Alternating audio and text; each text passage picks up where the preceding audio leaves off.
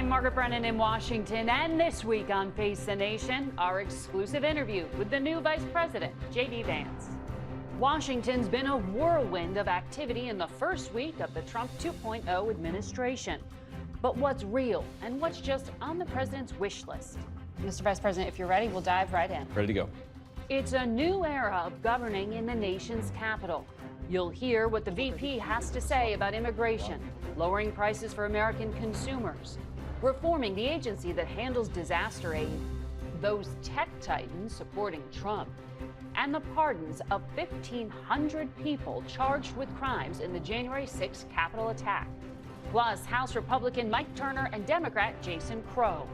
It's all just ahead on Face the Nation. Good morning and welcome to Face the Nation. We want to get right to our interview with Vice President J.D. Vance, his first since taking office. We spoke with him yesterday in his ceremonial office adjacent to the White House. Pete Hegseth, it was a tie, bipartisan opposition, smallest margin since the job was created. You had to break that tie. If the nominee can't unite your party, how's he going to lead 3 million people? Well, look, I think Pete is a disruptor, and a lot of people don't like that disruption. But, Margaret, that disruption is incredibly necessary. If you think about all of those bipartisan massive votes, we have to ask ourselves, what did they get us? They got us a country where we fought many wars over the last 40 years, but haven't won a war about as long as I've been alive. They've got us a military with a major recruitment crisis, a procurement price crisis that's totally dysfunctional, where we buy airplanes for billions and billions of dollars, terrible cost overruns, the delivery dates are always delayed. So we need a big change. Now, admittedly, there are people who don't like that big change, but it is necessary, and it's explicitly what Donald J. Trump ran on, and I think part of the reason why the American people elected him their 47th president. So the main objective is changing all of that, that it's going to be Pete Hegseth alone? I'd say the main problem the main thing that we want Pete Hegseth to do is to fix the problems at the Department of Defense. And unfortunately, there are many. We've gotten into way too many wars that we don't have a plan for winning. We've gotten into way too many misadventures that we shouldn't have got into in the very first place.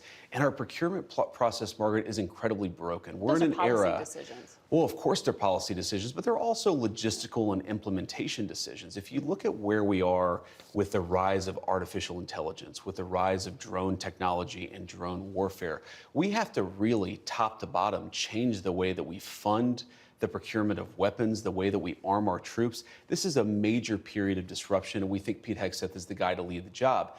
Now, there's another element to this, Margaret, too, which is we believe that military morale, at least until the election of President Trump, was historically low. You had the Army missing recruitment goals by tens of thousands of soldiers, and already recruitment is starting to pick up because Pete Hegseth is fundamentally a warfighter's leader at the Department of Defense. He is a guy who sees not through the perspective of the generals or the bureaucrats. He looks at things through the perspective of the men and women that we send off to fight in our wars. Both the Wall Street Journal and the National Review, conservative publications, as you know, have been critical of Tulsi Gabbard. The Review called her an atrocious nominee who deserves to be defeated. They compared her defense of Edward Snowden, the fugitive who stole U.S. secrets, to an attorney general who thinks the mob gets a bad rap. Her refusal to accept U.S. intelligence findings that Assad gassed his own people, they said, was like a nominee for OMB director not being able to count. Does any of this give you pause putting her in charge of the U.S. intelligence community? Yes or no? No, Margaret, look, these are publications that attacked Donald J. Trump obsessively, but those publications don't determine who the president is, the American people do. And Donald J. Trump is the person who determines who his cabinet is, not these publications that I think, frankly, have lost relevance. The Senate will ultimately decide. Well, the Senate will provide advice and consent, as is its constitutional obligation, but I feel confident that Tulsi Gabbard will ultimately get through. Two things that are important to know about Tulsi. First of all, she is a career military servant who's had a classification at the highest levels for nearly 2 decades. She has impeccable character, impeccable record of service, and she also is a person who I think is going to bring some trust back to the intelligence services. The bureaucrats at our intelligence services have gotten completely out of control. They've been part of the weaponization of our political system, the weaponization of our justice system. We need to have good intelligence services who keep us safe, but part of that is restoring trust in those services, and we think Tulsi is the right person to do it. That's she why doesn't the trust president, those intelligence services. she recognizes that the bureaucrats have gotten out of control, and we need somebody there who's going to rein them in and return those services to their core mission of identifying information that's going to keep us safe. You campaigned on lowering prices for consumers. We've seen all of these executive orders. Which one lowers prices? We have done a lot, and there have been a number of executive orders that have caused already jobs to start coming back into our country, which is a core part of lowering prices. More capital investment, more job creation in our economy is one of the things that's going to drive down prices for all consumers, but also raise wages so that people can afford to buy the things that they need. If you look at our slate of executive orders, no, Margaret, prices are going to come down, but it's going to take a little bit of time, right? The president has been president for all of 5 days. I think that in those 5 days, he's accomplished more than Joe Biden did in 4 years. It's been an incredible breakneck pace of activity. We're going to work with Congress. We're, of course, going to have more executive orders, and we're going to try, the way that you lower prices is that you encourage more capital investment into our country. And you ask specifically, what executive order is going to help lower prices? All of the stuff that we've done on energy, to explore more energy reserves, to develop more energy resources in the United States of America. One of the main drivers of increased prices under the Biden administration is that we had a massive increase in energy prices. Donald Trump has already taken multiple executive actions that are going to lower energy prices, and I do believe that means consumers are going to see lower prices at the pump and at the grocery store, but it's going to take a little bit of time. Rome wasn't built in a day, and while we've done a whole lot, we can't undo all of the damage of Joe Biden's presidency in 4 days. Well, there are a lot of things that contributed to higher energy prices, and there was record oil and gas production. Yes, Joe Biden did many terrible things to lead to an increase in prices. I agree, Margaret. No, but all the things you experience at the grocery store are what people touch and feel. That's what you were talking about, bacon on the campaign trail. Of course, of course. Those things, when do consumers actually get to touch and feel a difference in their lives? Well, Margaret, how does bacon get to the grocery store? It comes on trucks that are fueled by diesel fuel. If the diesel's way too expensive, the bacon's going to become more expensive. How do we grow the bacon? Our farmers need energy to produce it. So if we lower energy prices, we are going to see lower prices for consumers, and that is what we're trying to fight for. Well, the flurry of executive orders, most of them weren't about the economy. Many of them were, though, Margaret. We had, I think we've taken promise over of tariffs by February 1st. We've taken over 200 executive actions, some executive orders, other executive actions. Again, this is in less than a week, and a lot of them were focused on the economy, bringing investment into our country and lowering energy prices. We've also focused on safety, restoring public safety, ending weaponization of the Department of Justice. We've done a lot. And I think the president is to be commended for actually coming in and doing something with this incredible mandate the American people gave him. He's not sitting in the Oval Office doing nothing. He's doing the American people's business. And I think they're going to see a lot of good effects from it. Well, a lot of these announcements have yet to take effect. Sure. The president did say he wants to do something with an executive order in relation to federal emergency response. He said he may reform or eliminate FEMA. Instead of sending emergency responders, he may start to send a percentage of money to states to take care of themselves. But, you know, FEMA has specialized expertise that some of these states just don't have Margaret, in their arsenal. And I wish how that they... will states who are lower income states, the Mississippis, the Kentuckys, the Alabamas, be able to do this for themselves without federal help? Well, the president, to be clear, is not saying we're going to leave anybody behind. He's saying that in the way that we administer these resources, some of which is coming from the federal level, some of which is coming from the state level, we've got to get the bureaucrats out of the way and get the aid to the people who need it most. But these are the first responders. Margaret, you talk about the expertise from FEMA. FEMA in North Carolina, in California, in Florida with some of the hurricanes has often been a disaster. And it's not because we don't have good people at FEMA, it's because bureaucratic red tape and garbage prevents the rapid deployment of resources to the people who need it most. But the states are now going to have to do this themselves? The president is trying to encourage us to reform the way that we deliver emergency response in a way that gets resources to the people who need it. So don't take him literally. No, is what you're saying. We should take the president at his word that FEMA needs desperate reform, because it does. Margaret, when I went to North Carolina as VP-elect, but before we were sworn in, people would talk about how FEMA would get resources, food, medicine, water to a warehouse, but then would have no plan to get it from the warehouse to the people in the mountains who were literally starving and thirsting to death. We can do so much better, and under Donald Trump's leadership, we will. But they work with the state and local officials. They often So don't work now well it's enough. And again, that's going not to be on because the state of and local officials? No, the FEMA management officials don't work well enough with the state and local officials to get resources to the people who need it. We should expect, and this is, I think, one of the fundamental premises of President Trump's leadership, the American people should expect more of their government. When there's a terrible disaster, they should expect food, medicine, and water to get to the people who need it. When there's a terrible fire in California, the fire hydrants ought to actually turn on. I am sick of the American people having such low expectations for their government. They should demand more of us because this is the greatest country in the world, and that's what Donald Trump's leadership promises to bring back. So still count on the federal government, but watch that space. Let me ask you about another area that you campaigned on quite a lot, and there was a flurry of activity on, and that has to do with immigration. Sure. The U.S. Conference of Catholic Bishops this week condemned some of the executive orders signed by President Trump, specifically those allowing immigration and customs enforcement to enter churches and to enter schools. Do you personally support the idea of conducting a raid or enforcement action in a church service, at a school? Well, let me address this. Of course, if you have a person who is convicted of a violent crime, whether they're an illegal immigrant or a non-illegal immigrant, you have to go and get that person to protect the public safety. That's not unique to immigration. But let me just address this particular issue, Margaret, because as a practicing Catholic, I was actually heartbroken by that statement.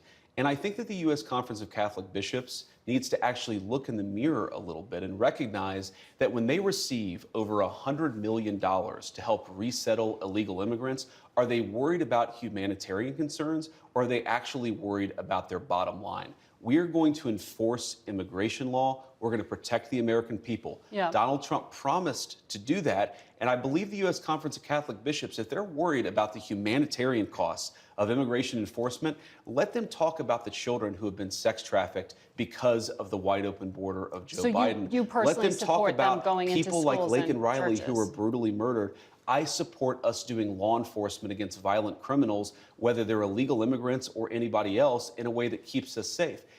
Let me ask this question, Margaret. Let's separate the immigration issue. If you had a violent murderer in a school, of course I want law enforcement to go and get that person out. Of course. So what's the point of the question?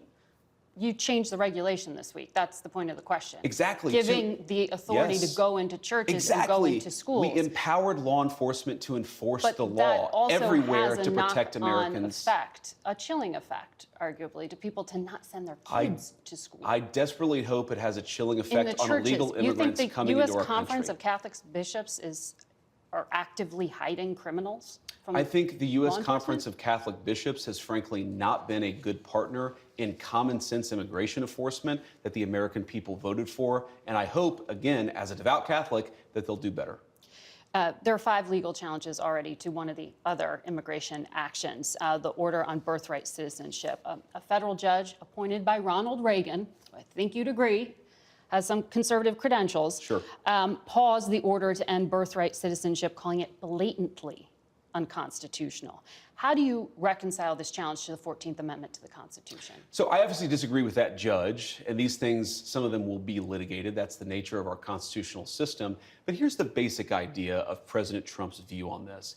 If you are a lawful permanent resident or a legal immigrant who plans to stay, your children, of course, should become American citizens. But let's say you're the child of an ambassador. You don't become... But that's not part of it. Well, that is already a carve-out an having to deal important with kids of principle. diplomats. But we're saying that carve-out should apply to anybody who doesn't plan to stay here. If you come here on vacation and you have a baby in an American hospital, that baby doesn't become an American citizen. If you're an illegal alien and you come here temporarily, hopefully, your child does not become an American citizen by virtue of just having been born on American soil. It's a very basic principle in American immigration law that if you want to become an American citizen and you've done it the right way, and the American people in their collective wisdom have welcomed you into our national community, then you become a citizen. But temporary residents, people who come in here, whether legally or illegally, and don't plan to stay, their children shouldn't become American citizens. I don't know any country that does that or why we would be different. Well, this is a country founded by immigrants.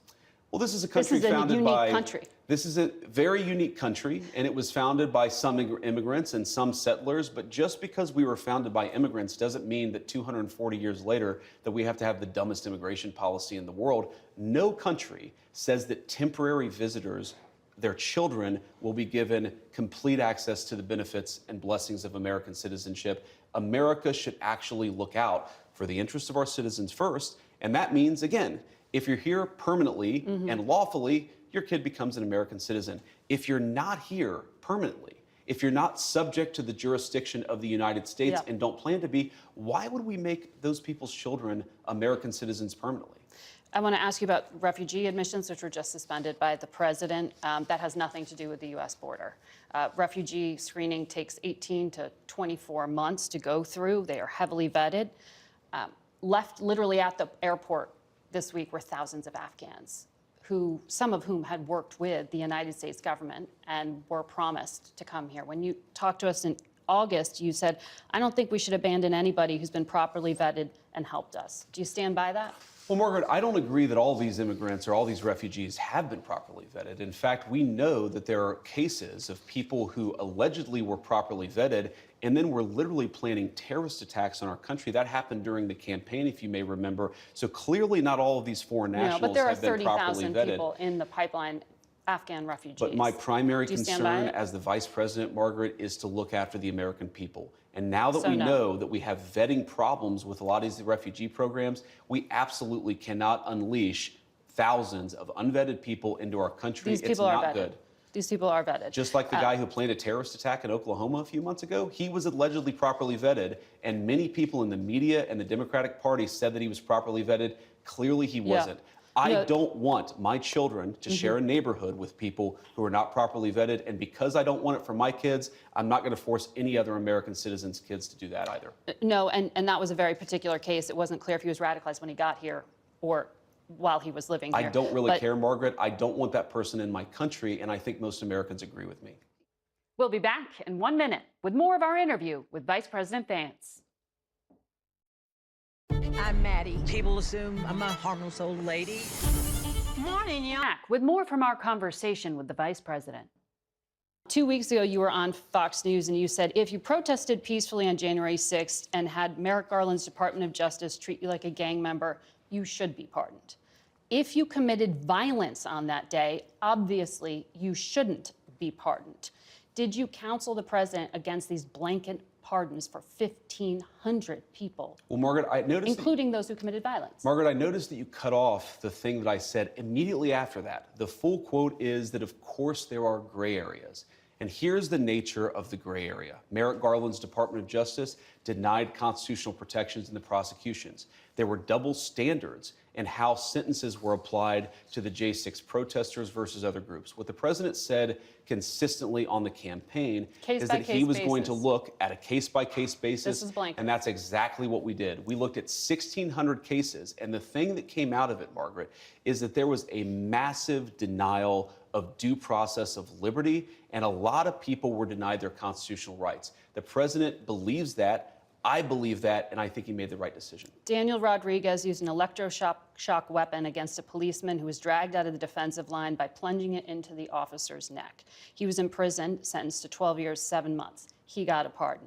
Ronald Maccabee hit a cop while wearing reinforced brass knuckle gloves, and he held one down on the ground as other rioters assailed the officer for over 20 seconds, causing a concussion. If you stand with law enforcement, how can you call these people unjustly imprisoned? Margaret, you're separating, there's an important issue here. There's what the people actually did on January the 6th, and we're not saying that everybody did everything perfectly.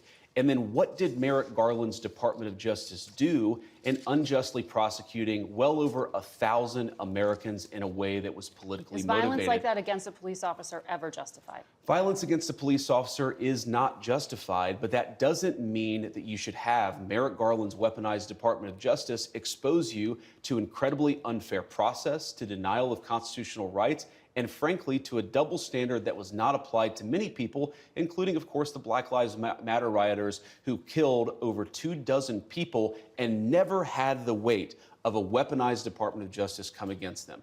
The pardon power is not just for people who are angels or people who are perfect. And of course, we love our law enforcement and want people to be peaceful with everybody, but especially with our good cops.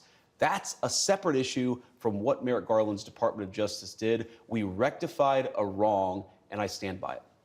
I'm being told we're out of time, but I want to quickly Sure. ask you, the Please. richest men in the world were at that Capitol on Inauguration Day, heads of Amazon, Google, Mark Zuckerberg of Facebook. In August, you told us Google and Facebook are too big. We ought to take the Teddy Roosevelt approach, break them up. Don't let them control what people are allowed to say. They've now donated to the Trump inauguration. Are you still going to break up big tech? So, you know who else was at the inauguration was my mom, and a lot of people who just supported the president and fought every single day to get his election. And They to make gave it, $1 and million to make it possible. each to the inauguration. Well, there were a lot of people who didn't give $1 million to the inauguration pretty good seating. who were on that stage, Margaret. They didn't have as good a seating as my mom and a lot of other people who were there to support us. But look, we believe fundamentally that big tech does have too much power, and there are two ways they can go about this. They can either respect Americans' constitutional rights, they can stop engaging in censorship, and if they don't, you can be absolutely sure that Donald Trump's leadership is not going to look too kindly on them. So they're still on notice. They're very much on notice. And we'll be right back with a lot more Face the Nation. Stay with us.